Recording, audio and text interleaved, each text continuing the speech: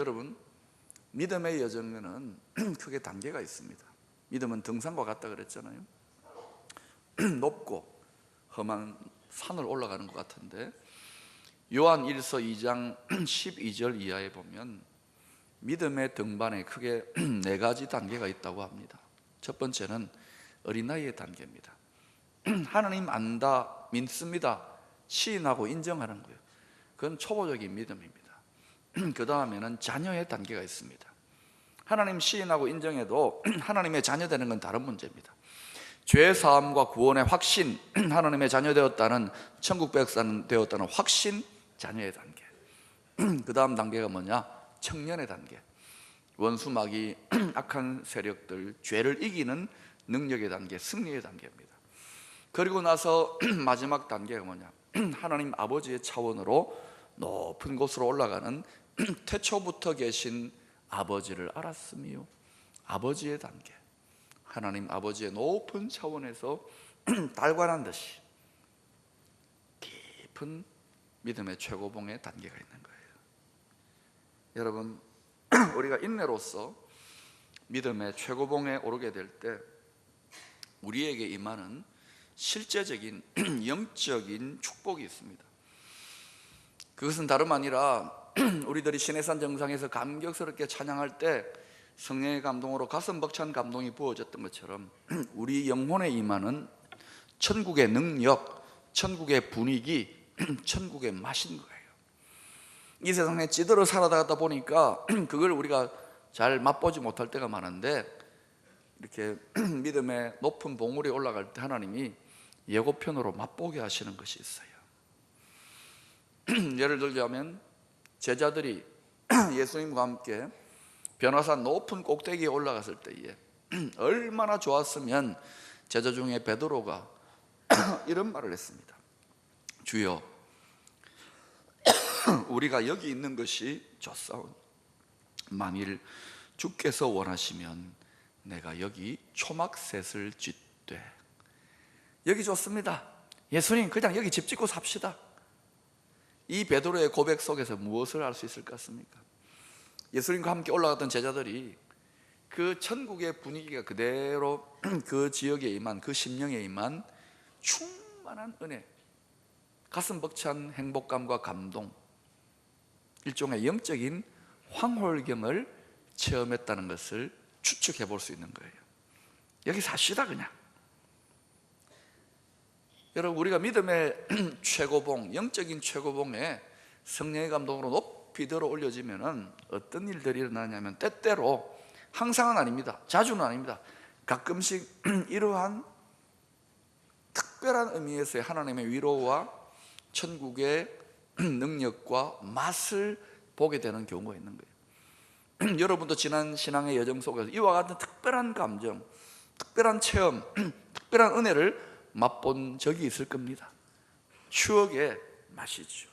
이것은, 그러나 여러분, 항상 이 특별한 것, 황홀한 이 체험을 항상 추구하고 집착하면 안 돼요. 그러면 마르크스가 지적했던 것처럼 믿음이 아편이 돼요. 믿음이 마약이 돼요. 그런 마약 같은 믿음은 안 되는 거예요. 그런 분들은 자기 신앙 인격을 단련할 생각은 안 하고 계속 그런 거 쫓아다닙니다. 그건 좋은 믿음 같고 열심히 있는 믿음 같지만 타락한 믿음이요, 잘못된 믿음인 거예요. 그런 것은 사치품과 비슷해요. 사치품 몇 개쯤은 장만하면 좋아요. 포인트가 되고 품위가 있어 보이지만 전부 다 사치품으로 감아놓으면 어떻게 됩니까?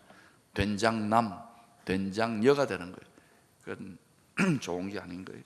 특별한 하나님의 위로요, 선물인 거예요. 그런데 우리에게 중요한 것은 그럼 뭘까요? 우리에게 중요한 것은 일상생활에서 늘 우리와 함께 동행할 수 있는, 사라지지 않는 필수품과 같은 것들. 예를 들자면 안경, 손수건, 뭐 이런 것들이죠. 시계, 이런 거 늘 우리가 일상생활 중에 늘 함께하는 필수품과 같은 그런 일상의 경건, 일상의 신앙의 실력과 신앙 인격이 훨씬 더 중요한 거예요. 우리에게 한두 번쯤 경험하는 이러한 황홀경과 황홀 체험이 필요합니다. 그거 부인하는 건 절대 아닙니다. 하나님 그거 주시기를 원하고 저는 자주 경험합니다. 여러분 훨씬 더 많이 경험했을 거예요. 그런데 거기에 집착하지는 않습니다. 그런 특별한 위로나 특별한 황홀경이 없어도 제 마음에는 빼앗길 수 없는 행복과 감격과 기쁨이 있어요. 왜? 훈련의 결과로 터득한 게 있어요. 배워낸 게 있어요. 연단되어진 게 있기 때문에 그래요. 여러분, 우리의 신앙 인격은 하나님이 주도하셔서 황홀하게 사로잡아서 어떤 특별한 상태로 몰아가시지만 그것은 휘발성이 강합니다. 금방 사라져 버립니다. 그게 내가 마치 천사가 된 것 같고 내가 특별한 성자가 된 것 같이 착각하면 안 돼요. 바로 바닥으로 떨어집니다. 그러면 일상 속에서 필수품과 같은 우리의 신앙 인격은 어떻게 주어지는가? 물론 하나님이 주도하시고 도우시지만 우리가 배워내야 됩니다.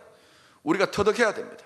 우리가 습득해야 될 일종의 영혼의 기술, 믿음의 기술인 거예요. 그래서 이 믿음의 기술적 측면에서 보면 성도들의 신앙이 완전히 하늘과 땅의 차이입니다. 어떤 분은 아직도 헤매이고 어린 신앙에 있는가 하면 어떤 분은 높은 신앙의 믿음의 최고봉의 자리에서 하나님의 높은 곳으로 다니는 고상하고 능력 있는 신앙생활 하시는 분도 있는 거예요. 천차만별이라는 걸 기억하세요. 여러분의 믿음의 수준과 믿음의 실력을 제대로 측정해야 되는 거예요. 빌립보서 4장 12절에 보면 사도 바울은 이러한 일상에서도 빼앗기지 아니하는 믿음의 최고봉, 믿음의 실력자의 경지를 훈련해서 터득해서 배워낸 것 같아요. 빌립보서 4장 12절 같이 읽어보십시다. 시작. 나는 비천에 처할 줄도 알고 풍부에 처할 줄도 알아.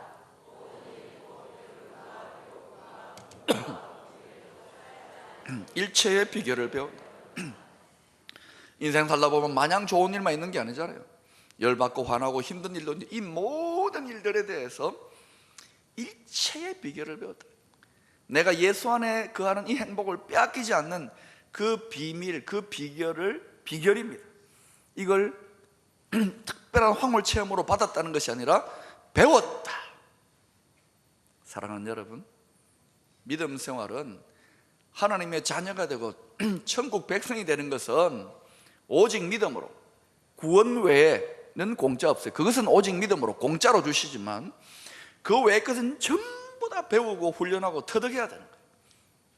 잘 배우지 못하고 잘 깨닫지 못하고 잘 습득하지 못한 사람은 교회 생활 30년 40년 해도 대화 몇 번 나눠보고 기도하는 거 들어보면 정말 이제 유치하기 짝이 없는 믿음의 수준에 있는 거예요. 그러면서 믿는다고 교회라고 하나님이 민족과 열방을 향한 영적 주도권과 리더십과 축복권을 맡기겠습니까? 제가 하나님이라도 맡길 수 없어요. 믿음의 실력이 생명까지도 내어주면서 어떤 상황 속에서도 하나님의 주권과 통치를 인정할 만한 그러한 하나님이 믿을 만한 실력자가 될 때 하나님이 모든 것 다 맡겨주는 거예요. 저는 여러분과 여러분의 자손들이 그러한 믿음의 경지까지 나아갈 수 있기를 축원합니다. 훈련받고 배워내야 되는 거예요. 일체의 비결을 배웠노라. 바울이 일체의 비결을 배웠다는데 우리는 가만히 기도만 하고 입만 벌리고 있으면 될까요? 아닌 거예요. 얼마 전이었습니다. 제가 부흥회 집회하고 기도하는데 한 성도님을 하나님 자꾸 기도하게 하셨어요. 그래서 한번 신방 가야 되겠다. 제가 개인 신방은, 가정 신방은 잘 못하잖아요. 근데 기도 이제 하고 갔어요. 하나님 뜻이 있겠다 싶어서. 근데 이분이 이제 암 수술을 하고 퇴원한 지가 얼마 안 됐어요. 그러니까 이제 아직도 몸이 많이 힘든 상태예요.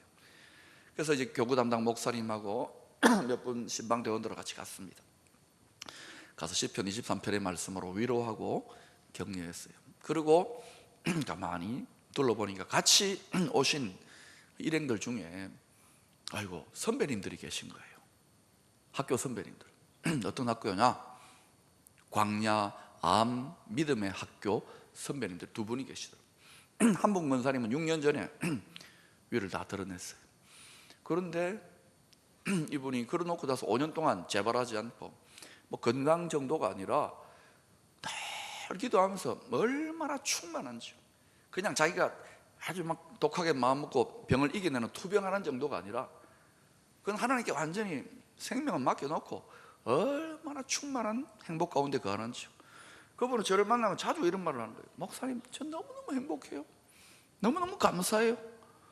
제가 볼 때는 감사할 게 없는데, 자 볼 때는 저렇게 기뻐할 게 없는데, 한번 정신 감정을 한번 받아봐야 될 것 같아요. 제가 눈치챘죠. 아, 이분 그 고난 속에서, 그 암의 학교에서 코스를 이수하면서 터득한 게 있는 거예요. 목자로 말미암아 부족함이 없는, 빼앗길 수 없는 절대 행복. 그래서 제가 그날 졸업장을 줬습니다. 권사님은 광야 암 학교 수석 졸업생이라고, 장학생이라고. 근데 그 다음에 또 보니까 한문 권사님이 수술한 지 2년이 됐어요. 근데 이 권사님도 이제 열심히 지금 과목 이수를 하고 있어요. 기말고사도 치고 그러더라고요.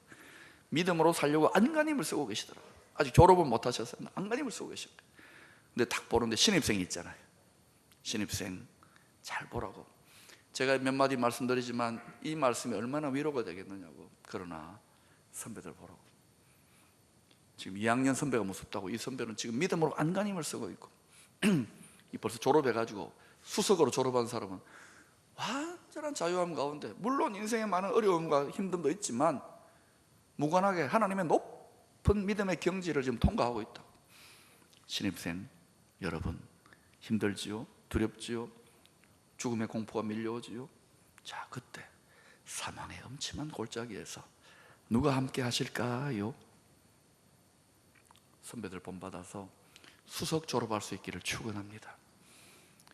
육신의 병을 이겨내는 것뿐만 아니라 믿음의 차원이 놀랍게 성장하는 믿음의 학교가 될 수 있기를 축원합니다. 그러고 기도했어요. 저는 그렇게 그분이 잘 이겨내리라고 제가 확신합니다. 사랑하는 이런 분들이 교회 곳곳에 많아요. 여러분, 세상적으로 보면 통곡하고 우울하고 낙심하고 살맛없다 그러고 두렵고 죽을 것 같고, 그게 정상인데 그걸 이겨내고 있는 거예요. 역류하고 있는 거예요. 높은 차원에. 여러분, 기적적인 능력, 그런 거 너무 사모하지 마세요. 기적 가끔 임합니다. 물질적인 기적은 사치품인 거예요. 그거 주시기도 하지만 자주 경험하는 것 같아요. 그러나 보편적으로 빼앗길 수 없는 필수품 같은 기적이 뭡니까? 그 능력이 뭡니까? 인격적 능력, 신앙 인격의 능력인 줄로 믿습니다. 이 인격 능력의 기적이 저와 여러분 모두에게 습득되어져, 훈련되어져, 배워내서 그런 경지로 날마다 살아갈 수 있게 되기를 축원합니다. 이 믿음의 최고봉 올라오면서 여러 가지 어렵고 힘든 구비구비의 골짜기들, 또 기뻤던 일, 슬펐던 일, 인생의 산전수전 다 겪지 않습니까? 없는 사람 없잖아요. 그리고 우리 믿음의 사람들은 영적 전쟁, 공중전까지 다 겪습니다. 그리고 믿음의 최고봉에 올라와서 지나온 길들을 내려다보면서 이제 고백하는 거예요. 그때 고백하는 내면의 경지가 뭐냐? 바로 오늘 본문의 말씀입니다.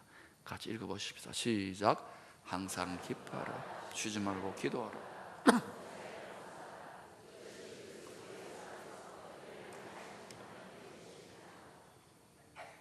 여러분, 저에게도 자식이 있고 여러분에게도 자식이 있을 겁니다. 자식을 가진 부모의 한결같은 마음의 소원은 뭘까요? 그 아이가 더 높게 잘 되고 출세하면 좋겠지만 그보다 더 근본적인 한결같은 소원은 뭘까요? 그저 이 아이들이 행복하게 잘 살았으면 좋겠어요. 맞습니까? 가장 소박한 기본적인 소원입니다. 그런데 어떻게 행복하게 잘 살았으면 좋겠습니까? 저는요, 욕심 많아서 그런지 몰라도 우리 아이들이 절대적으로 행복하게 잘 살았으면 좋겠어요. 어떤 상황 속에서도 어느 순간이든지 간에 하나님 아버지, 우리는 하나님을 아버지라고 합니다. 아버지. 그럼 우리는 뭐가 됩니까?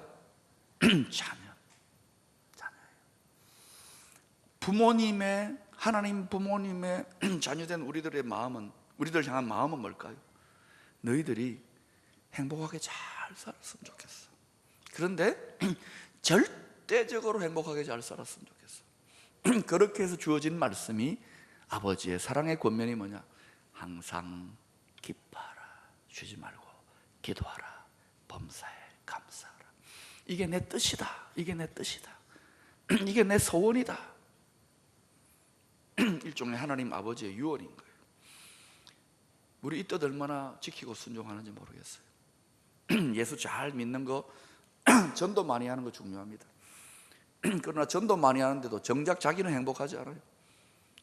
교회를 크게 부흥시키는데 그거 중요합니다만 정작 그 목사가 행복하지 않아요. 성경을 다 통달하는 박사인데도 정작 본인이 행복하지 않아요. 행복은 어디에서 나옵니까? 행복은 내면, 마음, 영혼에서 나오고요, 행복은 관계의 질에서 나옵니다.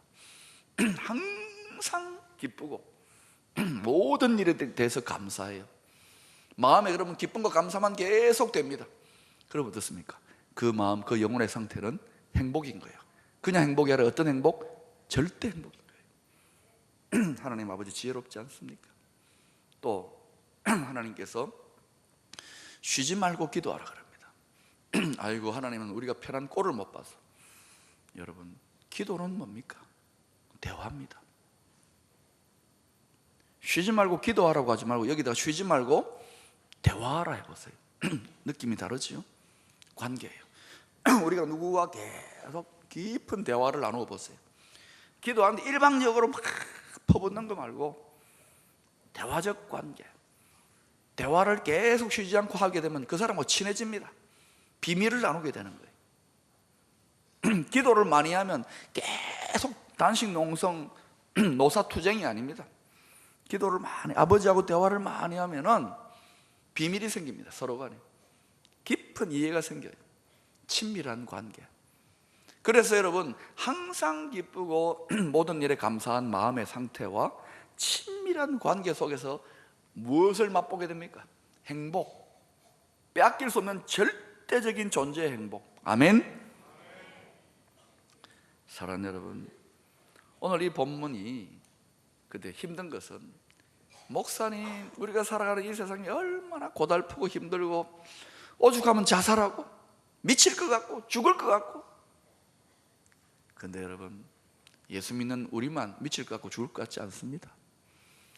세상 사람들도 다 그래요. 그래서 주님이 이 세상에 내린 정의가 뭡니까? 수고하고 무거운 짐진 인생들아, 다 내게로 오라. 그래서 여러분이 교회로 왔는데, 목사님, 내가 좀 안식하고 평안하고 휴식을 좀 취하려고 교회 왔는데 더 힘듭니다 하는 분이 있을걸요. 어색합니다 이런 분들 있을걸요. 아직까지 그러한 안식을 맛보지 못했습니다. 차라리 저 푸른 초원 골프장에서 나는 더 안식을 누립니다. 나는 저 사우나탕, 맥주집, 삼겹살, 소주집에서 더 안식을 누립니다. 돌리고 나이트클럽에서 더 안식을 누립니다. 이런 분들이 없었으면 좋겠지만 있을걸요. 왜 그럴까요? 나의 멍에를 메고 내게 배우라. 그리하면 너희 마음이 쉼을 얻으리니. 배우라. 주님의 멍에를 메고 배우라. 배우지 못한 거예요. 습득하지 못한 거예요. 일체의 비결을 깨닫지 못한 거예요. 옛날 제가 믿지 않을 때 중학교, 초등학교 때 친구들 가끔 만나면 그래요. 야야야, 진서이가 목사가 됐단다. 목사가. 한 번씩 전화 와요. 야, 니 무슨 재미로 사노? 니 무슨 재미로 술도 못하고 담배도 못 피우고 어제 여자친구라도 만나면 돌아다니고 니 세상에 무슨 재미로 사냐고. 알 사람이 없도다. 여러분, 적어도 그들이 경험하고 맛보는 재미보다는 무한하게 행복한, 안 말해줘요? 가슴이 터져나갈 것 같은데. 기도 응답 좀 안 되면 어때요? 기적이 좀 덜하면 어때요? 사랑하는 님이 나와 함께 영원히 동행한다는데, 그분이 내 인생의 목자가 되시는데, 그분이 능력이 있고 실력이 있다는데, 이게 우리 행복의, 절대 행복의 근거예요. 여러분, 오늘 주어진 이 명령이 우리의 잔인한 현실, 죄악 많은 원수가 죄의 가라지를 뿌려서 잔인하고 힘든 비참한 현실을 외면한 그러한 냉혹한 잔인한 폭군의 명령이 아닌 것입니다. 이것은 사랑 많은 우리 자녀들이 잘 되기를, 그것도 절대적으로 잘 되고 행복하기를 원하는 사랑하는 아버지의 가장 지혜로운 배려요, 사랑의 권면인 거예요. 얘들아, 장차 내가 이 모든 세상을 그리스도 안에서 주님 다시 오실 때 다 회복하게 될 건데, 그때는 눈물도 없어, 통곡도 없어, 죽지도 않아. 그때는 항상 기쁜 거야. 그때는 범사에 감사한 거야. 그때는 쉬지 않고 우리 대화한단다. 근데 지금은 아니지 않니? 그런데 그것이 너희들에게 예수 믿는 믿음 안에 예비되어 있어. 그러니까 미래에 그렇게 될 것을 굳게 믿고, 지금 전혀 반대로 돌아가고 사산이 참소하고 그러지만 내 말을 믿어줘. 너 항상 기뻐해. 쉬지 말고 기도해. 범사에 감사해. 그럼 처음에 힘들지만 이게 몸에 배이고 익숙해지면 내가 능력을 부어줄 거야. 너 행복할 수 있어. 너 훈련받을 수 있어. 그러면 세상 사람들이 알지 못하는 높은 믿음의 차원으로 살아가게 된단다. 하박국 선지자, 나라가 멸망하는 예언을 했을 때에 하박국이 어찌하여 하나님 이렇게 힘든 비참한 현실이 있습니까 했을 때 하박국서의 결론이 뭡니까? 우리의 양이 없고 외양간에 소가 없을지라도 밭에 소출이 없을지라도 난 여호와로 인하여 즐거워하리. 내 구원의 하나님을 인하여 즐거워하리. 하나님이 나의 발을 사슴과 같게 해서 높은 믿음의 봉우리에 올려놓고 그 차원에서 절대 목을 맛보게, 믿음의 고수인 거예요. 사도들도 혹독한 초대교회는 우리보다도 100배는 더 힘든 믿음의 순교가 일어나고 생명의 위협을 느끼는 가운데 그들은 믿음으로 그 고난을 통과하면서 연단 그럼 하나님의 섭리와 뜻을 깨닫는 거야. 어찌하다가 하나님이 들려오는 음성 속에서 항상 기뻐하라, 쉬지 말고 기도하라, 범사에 감사하라. 잠시 후에 너희들이 나와 함께 그것을 누리게 되니까 지금 미리 이 믿음을 가지고 지금 미리 이 절대 행복을 취하여 누려라. 그렇게 빼앗길 수 없는 천국 행복을 누려라고 부탁했을 때 사도들은 순종하기 시작합니다. 믿음으로 순종하기 시작합니다. 세상은 정반대로 돌아가는 것 같고 그들은 사자밥이 되고 목 잘려 죽는데도 믿음으로 순종합니다. 그때 사도 바울이 뭐라고 합니까? 로마 감옥에 갇혀서 순교를 앞두고 있을 때도 기뻐하라, 기뻐하라. 내가 다시 말하노니 기뻐하라. 야고보 사도는 이렇게 말합니다. 너희가 여러 가지 시험 만나도 온전히 기쁘게 여기라. 베드로는 주님 부인하고 세 번이나 부인하고 도망쳤지만 베드로가 나중에 어떻게 합니까?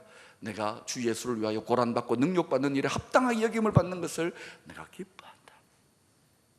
믿음의 품격과 차원과 실력이 다르지 않습니까? 이 정도 믿음의 최고봉을 살아내야, 이것이 우리의 일상이 돼야 그때 열방을 맡기든지 모든 세상의 축복권과 권위를 맡기든지 할 거 아닙니까?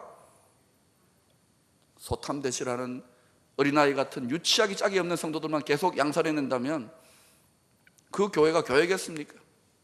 그 성도가 성도겠습니까? 이름만 무늬만 교회와 성도인 거예요. 하늘 품고 일체의 비결을 배워야 됩니다. 여러분, 지난번에 우리 안산에서 크게 목회하시는 고은 목사님, 제가 존경하는 믿음의 선배님이시죠. 그분 시인입니다. 12년 전에 암에 걸렸는데 이분은 암도 희한해요. 종합 선물 세트 암입니다. 몽땅 다 걸린 거예요. 장기에 전부 다 전이 돼가지고 생존율 제로. 의사도 포기했습니다. 누워있고 장로님들이 벌써 여러분 이제 장례 대책을 세웁니다. 제가 좀 힘들다고 장례 대책 세우면 안 됩니다, 장로님들. 그러는 가운데 사모님은 포기하지 않고 그 목사님 곁에서 찬송을 부르는 거예요.